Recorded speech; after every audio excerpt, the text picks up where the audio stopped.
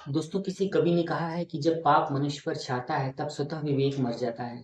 आज की एक ऐसी सच्ची घटना हम आपको बताने वाले हैं जहां एक पाप के कारण एक व्यक्ति का बेरहमी से कत्ल कर दिया जाता है और जिन लोगों ने ये कत्ल किया वो लोग आज पुलिस की हिरासत में हैं। और इस पूरी सच्ची घटना के सिलसिलेवार तरीके को जानने के लिए हमारे इस वीडियो के अंत तक बने रहें।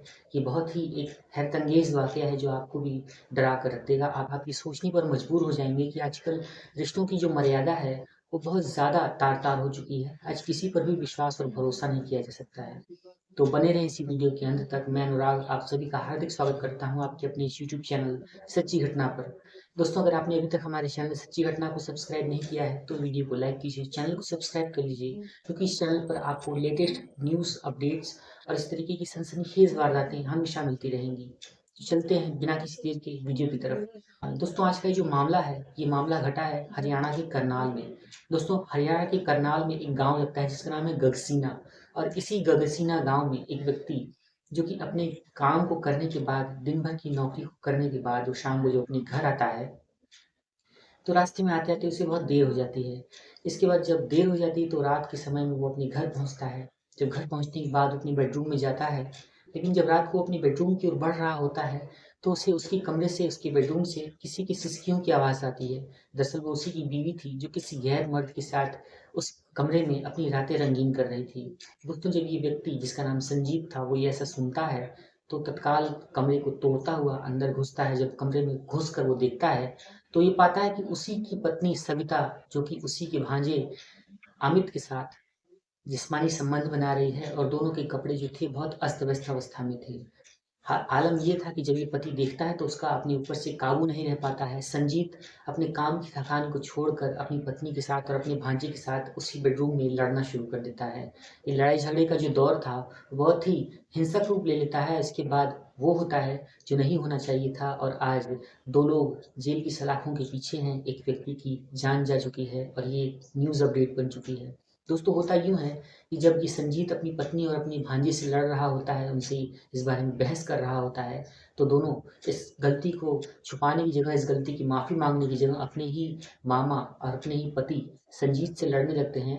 और इधर जब संजीत देखता है कि दोनों उससे लड़ रहे हैं, दोनों उसकी बात को नहीं सुन रहे हैं और अपनी गलती को स्वीकार नहीं कर रहे हैं, तो दोनों एक काम करते हैं कि दोनों अपने ही तो सविता और अमित मिलकर संजीत की बेरहमी से हत्या कर देते हैं। गला घोंट कर उसका दम निकाल देते हैं। जब उसकी जान चली जाती है तो वो लोग रात भर उसी बेडरूम के पास बैठकर शारीरिक संबंध बनाते हैं। इसके बाद लोग ये सोचते हैं कि अब इस कत्ल के बाद इसकी बॉडी का करना क्या है। इसके बाद उनके मन में एक बहुत ही खौफनाक प्लान आता है। उन लोगों ने ये सोचा कि इस बॉडी को उठाकर किसी पास के कुएं में फेंक दिया जाए जिससे इसकी बॉडी का कहीं पता नहीं चलेगा। इसके बाद वो लोग हत्या करने के बाद उस बॉडी को लेते हैं और संजीत की बॉडी को लेकर पास ही के गन्ने के खेतों में जाते हैं जहाँ पर उन्हें एक कुआं मिलता है और वो लोग उस बॉडी को उसी कुएं में फेंक कर चुपचाप घर आ जाते हैं और ऐसा जाहिर करते हैं जैसे कुछ हुआ ही ना हो। इसके बाद जब सुबह होती है तो ये लोग उठते हैं और उठकर पास के नज़दीकी थाने में जाते हैं और ऐसे-ऐसे बताते हैं कि हमारे जो मामा हैं और सविता बताती है कि मेरे जो पति हैं इनका नाम संजीत है, वो रात से घर नहीं लौटे हैं और सुबह जब वो घर नहीं लौटे तो हमें बहुत चिंता हुई और हम सुबह-सुबह आपके पास इस मामले की शिकायत करने के लिए आए हैं, उनकी गुमशुदगी की रिपोर्ट दर्ज करने के लिए आए हैं। मौके पर पुलिस भी तत्काल कार्रवाई करते हुए अपने स्तर से जाँच पड़ताल शुरू कर देती है और तत्काल कड़ियाँ खुलने लगती हैं और इसके बाद जब शक गहराने लगता है तो दोनों सविता और अमित को बैठाकर पूछताछ की जाती है। पूछताछ में इन दोनों का जुर्म जो होता है वो कबूल कर लेते हैं। ये लोग सब पुलिस की सख्ती के आगे टूट पड़ते हैं और अपने जुर्म को बारी-बारी से कबूल कर लेते हैं। इसके बाद पुलिस उन दोनों को संगीन धाराओं में मुकदमा दर्ज करके हत्या और हत्या के प्रयास, आपराधिक षड्यंत्र रचने और इस तरीके की कई संगीन धाराओं में मुकदमा दर्ज करने के बाद गिरफ्तार करके उन्हें जेल भेज देती है, जहाँ पर सविता को 1 दिन की रिमांड पर लिया गया है और अमित उसे 4 दिन की न्यायिक हिरासत में न्यायिक रिमांड पर लेकर आगे की पूछताछ जारी है। दोस्तों इस मामले में जो भी आगे की न्यूज़ अपडेट्स निकल कर सामने आती हैं, उसके बारे में हम आपसे ज़रूर साझा करेंगे, आपको ज़रूर बताएँगे।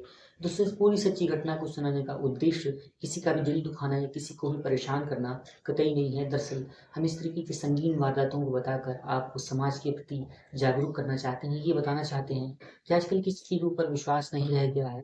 न जाने कौन कब कहाँ किसके साथ कैसे किस घड़ी धोखा दे दे ये कोई बता नहीं सकता है। कमेंट करके आप अपनी राय हमें ज़रूर बताएँ। आप इस सच्ची घटना के संबंध में क्या कहना चाहते हैं? अपनी राय हमें ज़रूर बताएँ।